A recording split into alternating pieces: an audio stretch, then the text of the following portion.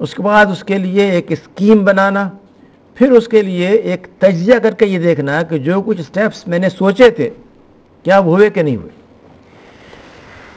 اس حوالے سے جو آپ حضرات نے ماشاءاللہ یہاں پر مختلف گفتگویں کی ہیں، میں نے چاہا تھا کہ کچھ دیر جا کر کے ان کو سننے کا بھی موقع ملے اور مجھے اندازہ ہو کہ کس انداز سے آپ حضرات سوچ رہے ہیں۔ یہ خوشی کی بات ہے کہ اس میں کافی چیزیں مجھے مشترک نظر آئی ہیں۔ یعنی ایک چیز تو جو بھی آپ کے سامنے آئی کہ اللہ تعالیٰ کے سامنے جواب دہی کا احساس جو بنیاد ہے ہر کام کی۔ جو چیز میرے خیال میں نہیں آ سکی وہ یہ کہ بعض اوقات احساس ذمہ داری کم ہو جاتا ہے اگر ہمیں یہ ایک ڈیولپمنٹ ہو جائے ہماری شخصیت میں یا ذہن میں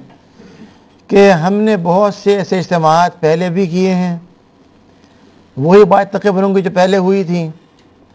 ہم تربیت یافتہ بھی ہیں، ذمہ دار بھی ہیں، تو اب اور کیا بات کوئی کرے گا۔ جس وقت یہ شیطان آپ کو یہ بات سکھاتا ہے اسی وقت ایک بلاکیج ہو جاتا ہے آپ کے آبزرویشن میں، آپ کے تجزیے میں، آپ کے احساسات میں، اور یہ اس کا کام بھی ہے شیطان کا۔ وہ ایک انمپلائڈ فرد نہیں ہے، وہ ایک فل ٹائم امپلائی ہے، 24 گھنٹے لگا رہتا ہے کام کے اوپر اور سوچتا ہے کہاں سے کسی بات کو میں لوگوں کے لیے مشکل بناؤں۔ تو یہ احساس کہ ہم تربیت یافتہ ہیں، اب اور کیا کر لیں گے اس کے بعد ایک اجتماع کر کے، وہی تجاویز چند آنی ہیں جو پہلے آ چکی ہیں، یہ چیز اس احساس کو ختم کرے بغیر آپ اس موضوع کا جائزہ نہیں لے سکتے۔ میں سمجھتا ہوں کہ جو بنیاد اس میں ہونی چاہیے وہ یہ ہے کہ ہمارے ذہن میں معروف اور منکر کا احساس کیا ہے۔ جب تک یہ احساس واضح نہ ہو اس وقت تک آپ کوئی کام ذمہ داری سے نہیں کر سکتے۔ کیا چیز معروف ہے اور کیا چیز منکر ہے؟ کیا یہ معروف ہے کہ فلاں کام کو ایسے ہونا چاہیے، یا یہ چیز منکر ہے، ایک برائی کا، خرابی کا باعث ہے، ایسے نہیں ہونا چاہیے۔ قرآن کریم اور سیرت پاک کے حوالے سے اگر دیکھا جائے تو جو بنیاد ہمیں ملتی ہے وہ ایک بھائی نے ذکر بھی کیا تھا کہ تم میں سے ہر ایک اپنی رعیت پر مسئول ہے، لیکن اس سے زیادہ اگر آپ دیکھیں تو قرآن کریم نے سورہ الحجرات میں جب یہ بات کہی ہے کہ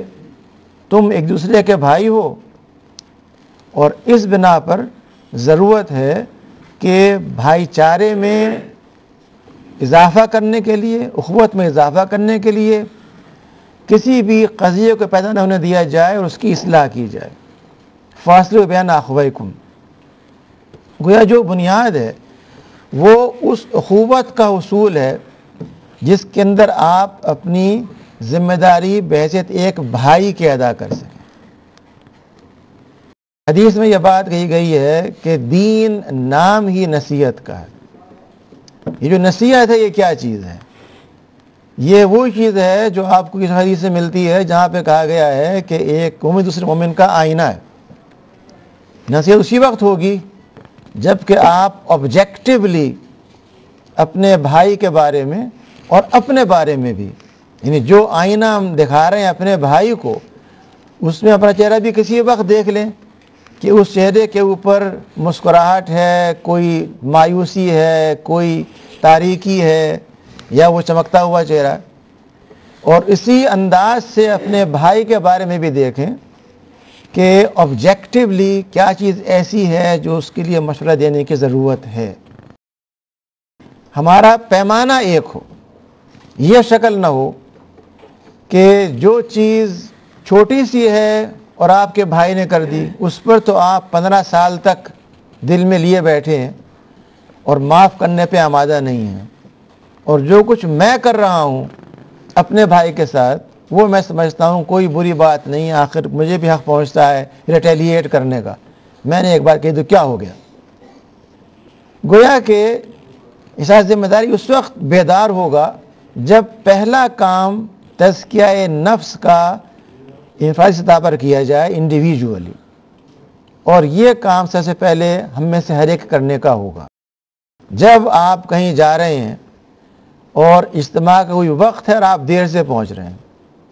اول تو آپ کا ذاتی احتساب آپ کو اس بات پہ آمادہ کرے کہ آپ لیٹ نہ پہنچیں، لیکن اگر پہنچے ہیں تو پھر یہ احساس نہ پیدا ہو کہ لوگ تو آتے ہی لیٹ ہیں، میں آ گیا تو کیا خرابی ہوگی۔ یہ جو ایک کسی بھائی نے کہا بھی تھا کہ دباؤ جو معاشرے کا ہوتا ہے وہ دباؤ آپ کے اندر ہے، باہر نہیں ہے۔ اگر آپ نے یہ بات طے کر لی کہ لوگ تو دیر سے آتے ہیں، میں بھی پہنچ جاؤں گا دیر سے، کیا فرق پڑتا ہے، تو پھر آپ میں ذمہ داری کا احساس پیدا نہیں ہو سکتا۔ ذمہ داری کے احساس کا مطلب یہ ہے کوئی شخص وقت پہ آئے نہ آئے میں پہنچ جاؤں، اور یہ اسی وقت پیدا ہوگی جب ہم اپنی ذات کو، نفس کو احتساب کرتے ہوئے دیکھیں گے۔ ہم میں سے اکثر ساتھی بار بار قرآن کریم اور سیرت پاک کا حوالہ بھی دیتے ہیں،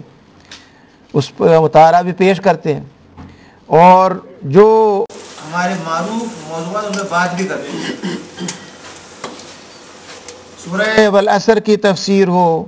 دیگر قرآن کے مقام تفسیر ہو، ہر ایک میں ہم اس بات کو بار بار دہراتے ہیں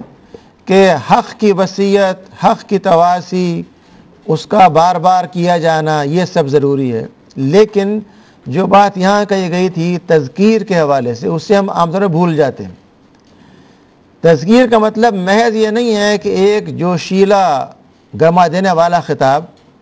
بلکہ اس کا مطلب یہ ہے کہ ایک بندہ اپنے رب کے سامنے یہ سوچ سے اپنا جائزہ لے کہ جو کچھ اس کے فرائض ہیں وہ کہاں تک ادا کر رہا ہے، اور وہ انفرادی بھی ہیں، اجتماعی بھی ہیں۔ ہمارا ایک بنیادی مسئلہ یہ ہے کہ باوجود اجتماعیت کے اکثر ہم پہ انفرادیت غالب آ جاتی ہے، اور وہی شیطان کا فتنہ ہے جو وہ پیدا کرتا ہے کہ میں نے آخر اتنا کام کیا ہے، پیما میں اتنا میرا کنٹریبیوشن ہے، فلاں چیزیں میں نے ایسے کر دیں، اگر اس کام میں کچھ تاخیر ہو بھی گئی تو کیا فرق پڑتا ہے؟ میں ہے، جب تک اس میں کو آپ نہیں نکالیں گے اس وقت تک ذمہ داری کا احساس پیدا نہیں ہو سکتا۔ ذمہ داری کے احساس کا مطلب یہ ہے کہ ایک شخص چاہے وہ سب سے بڑے منصب پر فائز کر دیا گیا ہو، لیکن وہ اپنے آپ کو ایک عام کارکن سمجھتے ہوئے وہ کام کرے جو وہ اوروں سے توقع رکھتا ہے۔ جب یہ شکل آپ اختیار کریں گے تو پھر ذمہ داری کا احساس ہر ایک کے اندر پیدا ہوگا۔ نے بات کی تھی رول ماڈل کی، بلا شبہ حیات مبارکہ ہمارے لیے سب سے بڑھ کر رول ماڈل ہے، لیکن میں سمجھتا ہوں کہ جو ساتھی یہاں موجود ہیں ان میں سے ہر ایک کو اس بات کی ضرورت ہے کہ وہ خود اپنی ذات کو رول ماڈل بنانے کی کوشش کرے، اور جو اس کے ساتھ بھائی بیٹھا ہوا ہے اس کے حوالے سے وہ کسی وقت بیٹھ کر کے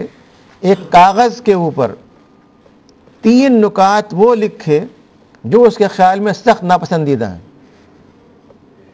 مذاق اڑاتا ہے، لوگوں کے سامنے ایسی بات کہہ دیتا ہے جو کہ نہیں کہنی چاہیے، کبھی مالی معاملات میں سستی دکھا گیا، لیکن اس کے ساتھ 3 نکات پھر وہ لکھے جو اس میں ہیں اور آپ میں نہیں ہیں۔ آپ کو اندازہ ہوگا کہ جس بھائی سے آپ کو شکایت ہے وہ آپ سے کتنے پہلوؤں میں آگے بڑھ کر کے ہے۔ آسان سا نسخہ ہے، اور یہ نظری بات میں نہیں کر رہا، میں آپ سے وہ بات عرض کر رہا ہوں جو میں نے خود آزمائی ہے اپنے تجربے میں دعوتی کام کرتے ہوئے۔ اس کے نتیجے میں آپ کو یہ معلوم ہوگا کہ جو آپ کی اپنی امیج ہے، جو دوسرے کی امیج ہے، وہ حقیقت میں کیا ہے،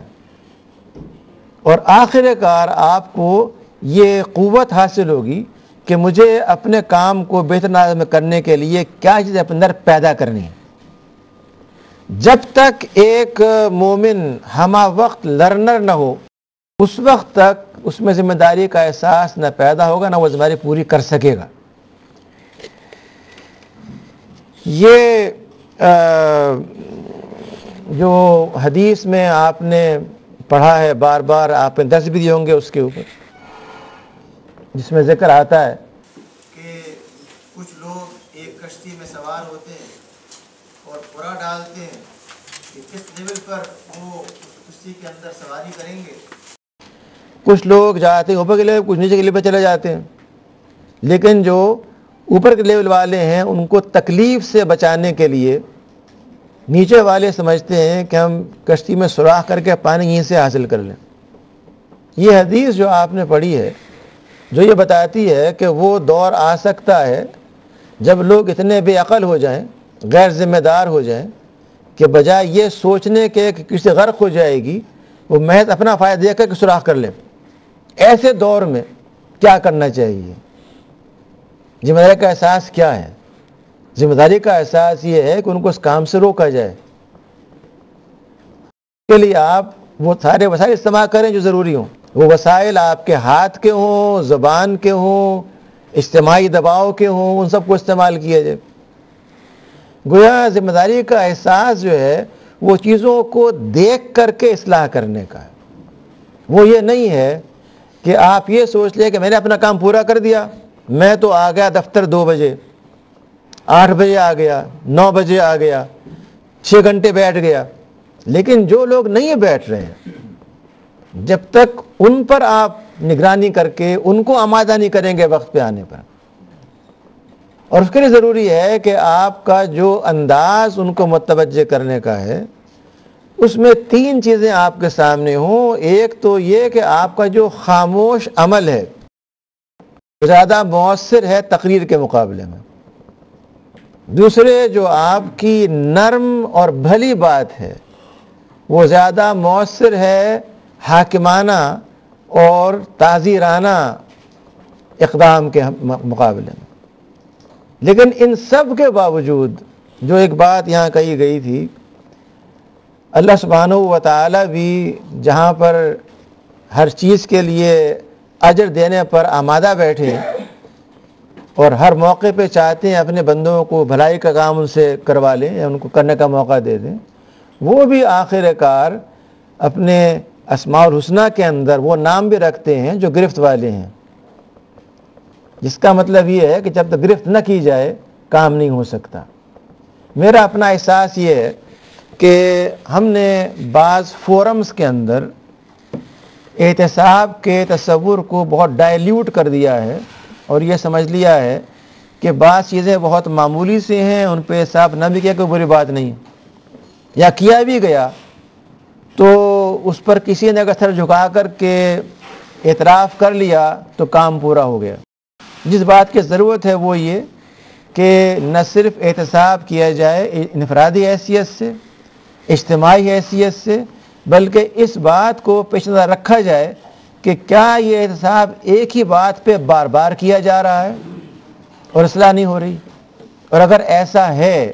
تو پھر لازمی طور پر جو بھی دستوری طور پہ آپ کے پاس ایسے کلوزز ہوں جو ایک فرد کو اس غلطی کا خمیازہ بھگتنے کی طرف آمادہ کریں، وہ آپ کو کرنے چاہیے. جب تک آپ یہ نہیں کریں گے اس وقت تک ذمہ داری کا احساس پیدا نہیں ہو سکتا. ایک چیز جو گفتگو میں پہلے بھی آئی ہے اور وہ میں سمجھتا ہوں کہ ضرور متوجہ کرنے کی ہے، اور وہ یہ کہ جہاں پہ ہم مثال ذمہ داری کے حوالے سے اپنا جائزہ لے رہے ہیں وہاں یہ بھی دیکھیے کہ کیا احساس ذمہ داری پیدا کرنے کے لیے آپ نے اپنے گھروں کے اندر وہ ماحول پیدا کیا ہے جس میں کہ آپ کے وہ بچے جنہیں کل پیما کو سنبھالنا ہے ان میں ذمہ داری کا احساس پیدا ہو. اگر انہیں آپ نے کوئی کام دیا ہے، ان کے لیے کوئی وقت کا ٹارگٹ مقرر کیا ہے، ان سے آپ نے کوئی وعدہ کیا ہے اور پورا نہیں کیا ہے، تو کیا آپ نے ذمہ داری کے احساس کے ساتھ ان سے اس بات کا اظہار بھی کیا ہے کہ آپ سے غلطی ہوئی اور آپ سے وقت کی تاخیر ہوئی؟ اگر آپ نے یہ نہیں کیا ہے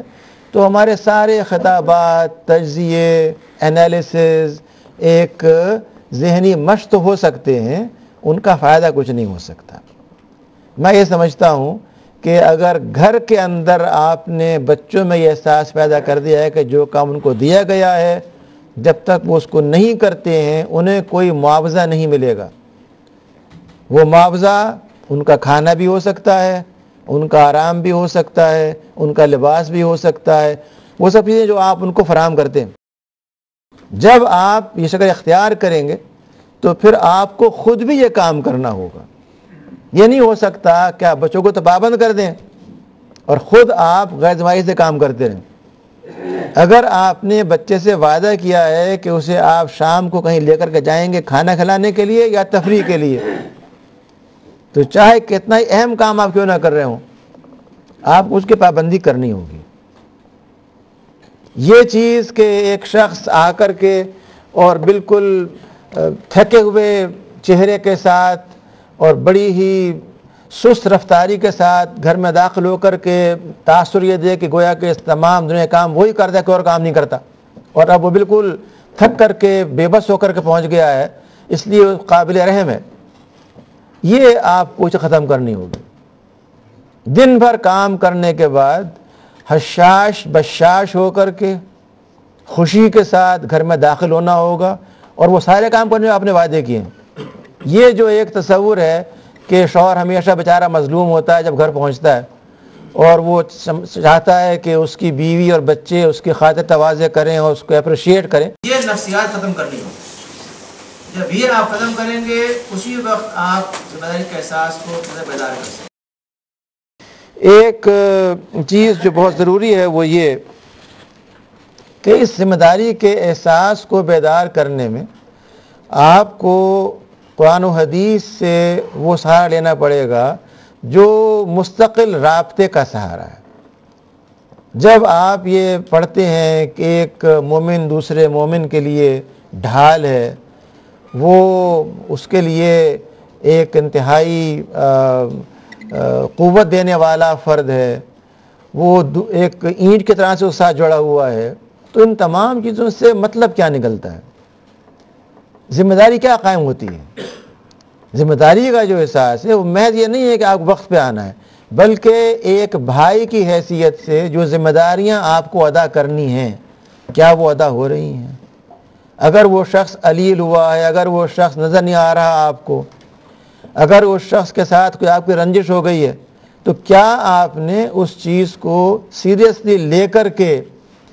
کوئی اقدام کیا ہے؟ اگر ایسا کیا ہے تو آپ میں ذمہ داری کا احساس ہے، ورنہ نہیں ہے. جو ایک ذمہ دار فرد اس معاملے میں سستی کرے گا وہ 50 غیر ذمہ دار افراد کو پیدا کرے گا، کیونکہ آپ جو رول ماڈل بنا دیے گئے ہیں چاہے آپ چاہتے ہو نہ چاہتے ہو، اب آپ کو اس کام کو کرنا پڑے گا. ہر ایک ذمہ داری کے وقت عہد اٹھاتے وقت کہتا ہے کہ میں بالکل نہیں چاہتا، مجبور کر دیا گیا ہوں، لیکن اس سب کے باوجود جب وہ بن گیا تو اب اس کے پاس کوئی عذر نہیں ہے کہ وہ یہ کہے کہ میں تو پہلے کمزور تھا، آپ نے ڈال دیا اس لیے کمزوری ہو رہی ہے. کمزوری کا تعلق دین میں نہیں ہو سکتا. یہ خیال کہ انسان کمزور ہے اس لیے کمزوریاں کرتا رہے، گنجائش دین میں نہیں ہے. دین میں داخل ہو گئے تو اب اللہ تعالیٰ نے آپ کی کمزوری کو جانتے ہوئے آپ کو دین دیا ہے. دین کی ہر بات وہ بتائی ہے جو آپ کمزور ہوتے ہوئے پوری کر سکتے ہیں، ورنہ یہ دین ناقص ہے. دین کے کام ہونے کا مطلب یہ ہے کہ دین ان افراد کے لیے بنا ہے جو بڑے کمزوریاں رکھتے ہیں، فرشتوں کو نہیں بنا ہے. اس لیے اس احساس کو اس سے نکال دیجئے کہ چونکہ انسان کمزوری ہے، ہم سے غلطی ہو ہی جاتی ہے اس لیے غلطی ہو ہی گئی. یہ اسلامی تصور نہیں ہے. اسلام یہ چاہتا ہے کہ آپ جواب دہی کے احساس کے ساتھ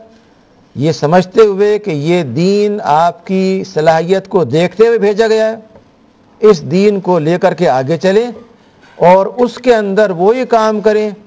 جو بھی ابن کعب نے عمر سے کہا تھا کہ آپ ہر مرحلے کے اندر یہ دیکھیں کہ کیا اس سے رب خوش ہو رہا ہے یا ناراض ہو رہا ہے. تقویٰ کا مفہوم یہی ہے کہ آپ یہ دیکھیں کس بات سے آپ اللہ کو خوش کر رہے ہیں، کسے ناراض کر رہے ہیں، بجائے سے کس چیز سے آپ کی قبولیت میں مقبولیت میں اضافہ ہو رہا ہے، کس چیز سے کیا امیج بن رہی ہے. جب تک اس چیز کو ہم نکال نہیں دیں گے کہ امیج کیا بن رہی ہے، میری بات کے کیا اثرات ہونے جا رہے ہیں، اس وقت تک ذمہ داری کا احساس ہمیں نہیں پایا جاتا۔ یہی وجہ ہے کہ آپ دیکھیں گے کہ بعض احادیث میں اس بات کا ذکر کیا گیا ہے کہ ایمان لاتے وقت جس چیز کی بیعت لی گئی وہ صرف 3 چیزیں ہیں: ایک نماز، ایک زکوٰۃ اور ایک دین کے لیے نصیحت۔ 3 چیزیں ہیں جو حدیث صحیح کے اندر بیان کی گئی ہیں کہ ایک صحابی جب ایمان لاتے ہیں تو بیعت کے وقت یہ 3 شرائط ہیں ان کے بیعت کی، جس کا مطلب یہ ہے کہ وہ بھلائی، وہ خیر کی بات، وہ اچھا مشورہ، وہ تنقید جسے کرنا آپ پر ایک فریضہ ہے۔ اور یاد رکھیے تنقید جو بھی کرتا ہے وہ لازمی طور پہ ایک بڑا رسک لیتا ہے کہ جو بات بھی وہ کہہ رہا ہے اس کے نتیجے میں جس بھائی پہ تنقید کی جا رہی ہے وہ کہاں تک اس کو صحیح اسپرٹ میں لے گا۔ لیکن جب تک آپ یہ کام نہیں کریں گے اس وقت تک ذمہ داری کا احساس بیدار نہیں ہو سکتا۔ اس میں تو آپ کو بار بار متوجہ کرنا ہوگا اپنے آپ کو بھی، اپنے بھائی کو بھی، اور یہ سمجھنا ہے کہ فلاں ہم سے سینئر ہے اسے ہم کیسے کہہ دیں۔ جونیئر کی تو آپ نے گرفت کر لی، لیکن جو آپ سے پہلے پیما میں اور جماعت میں اور جمعیت میں آ گئے ان کے بارے میں نرمی کا رویہ اختیار کیا جائے، ان کو نظر انداز کر دیا جائے، یہ وہ مرض ہے جو آخر کار طریقہ کی تباہی کا باعث بنتا ہے۔ اس میں ایک گروہ بن جاتا ہے سینئرز کا، سابقین کا، جو سمجھتے ہیں کہ ہر معاملے میں دوسروں سے بلند ہیں، ان کو کوئی فرق نہیں پڑتا فلاں فلاں کام کرنے سے۔ ہر فرد کی یکساں طور پہ جواب دہی، اس کا احتساب جب تک نہیں ہوگا اس وقت تک یہ ذمہ داری کا احساس آگے نہیں بڑھ سکتا۔ جو چیزیں اس حوالے سے بنیادی اہمیت رکھتی ہیں میرے خیال میں، ان میں ایک مسئلہ ہے ترجیحات کا، یعنی آپ کی ترجیح کیا ہے۔ جب بھی آپ یہ طے کرتے ہیں کہ آپ کو فلاں جگہ پہنچنا ہے اور اس سے پہلے آپ کو 4 کام اور کرنے ہیں، آپ کو معلوم ہے ٹریفک جیم ہوگا، آپ کو معلوم ہے گاڑی خراب ہو جائے گی، آپ کو معلوم ہے فلاں چیز ہوگی، لیکن یہ جانتے ہوئے آپ کی ترجیحات یہ ہوتی ہیں کہ آپ باقی کام سب کر لیں، آخر میں وہ کام کریں جو آپ سمجھتے تحریکی کام ہے۔ ترجیحات میں ہم نے یہ فیصلہ کیا، بنیاد کیا ہے؟ اللہ تعالیٰ کے ساتھ تعلق، رسول سے تعلق، دنیا سے تعلق۔ یہ وہ سوال ہے جو ہمیں کرنا ہوگا بار بار کہ میری ترجیح کیا ہے۔ جب تک ترجیح کا تعین نہ ہو جائے اس وقت تک آپ اس کام کو وقت پہ نہیں کر سکتے اس پر ہم گفتگو یہاں پہ کر رہے ہیں۔ اور وہ کام وہ ہے جو انبیاء کا کام ہے، جو کام شہداء کا ہے، جو کام صلحاء کا ہے، جو دین کی طرف بلانے کی دعوت دین کا مطلب یہ ہے کہ آپ اس طرح بلا رہے ہیں، اس مشن کے طرف بلا رہے ہیں جو کام انبیاء کرام نے کیا۔ اس کام کو کرنے کو جب تک آپ ترجیحاً اولیت نہیں دیں گے اس وقت تک تحریکی زندگی کے اندر کوئی بھی کام وقت پہ نہیں ہوگا۔ وہ آپ کا اجتماع ہو، وہ آپ کا دھرنا ہو، وہ آپ کی تربیت گاہ ہو، وہ آپ کا پروگرام کا آغاز کرنا ہو، وہ آپ کے کھانے کا وقت ہو، چائے کا وقفہ ہو، کوئی کام وقت پہ نہیں ہوگا جب تک کہ آپ یہ چیز اپنے اندر پیدا نہ کر لیں کہ آپ کی ترجیح کیا چائے پینا ہے، آرام کرنا ہے، یا اس مقصد کو لے کے آگے بڑھنا ہے۔ آخری گزارش یہ کہ یہ جو احتساب نفس کیا جاتا ہے اس کے ساتھ جب تک توبتاً نصوحاً کا تصور ذہن میں تازہ نہ ہو کہ انسان احتساب کے ساتھ ساتھ یہ عزم کر رہا ہے کہ اب اسے اس چیز کو دوبارہ نہیں ہونے دینا، اس وقت تک آپ اپنی پرفارمنس کو، کوالٹی کو امپروو نہیں کر سکتے۔ ہماری ساری گفتگو کا مرکز یہی ہے کہ کس طرح سے ایک کام کو صحیح وقت پر نقطۂ کمال سامنے رکھتے ہوئے کیا جانا چاہیے اور کیا جانا جا سکتا ہے، اور اس کے لیے ضروری ہے کہ یہ تصور لازماً ہو کہ اگر غلطی ایک دفعہ ہوئی ہے اس کا ارتکاب دوبارہ اب نہیں ہونا چاہیے۔ میں یہیں پر اپنی اس مقصد گفتگو ختم کرتا ہوں. کوشش تو میں نے کی ہے وقت سے پہلے ختم کر دوں تاکہ بعد میں جو سوالات ہوں اس پر ہم گفتگو کریں. بہت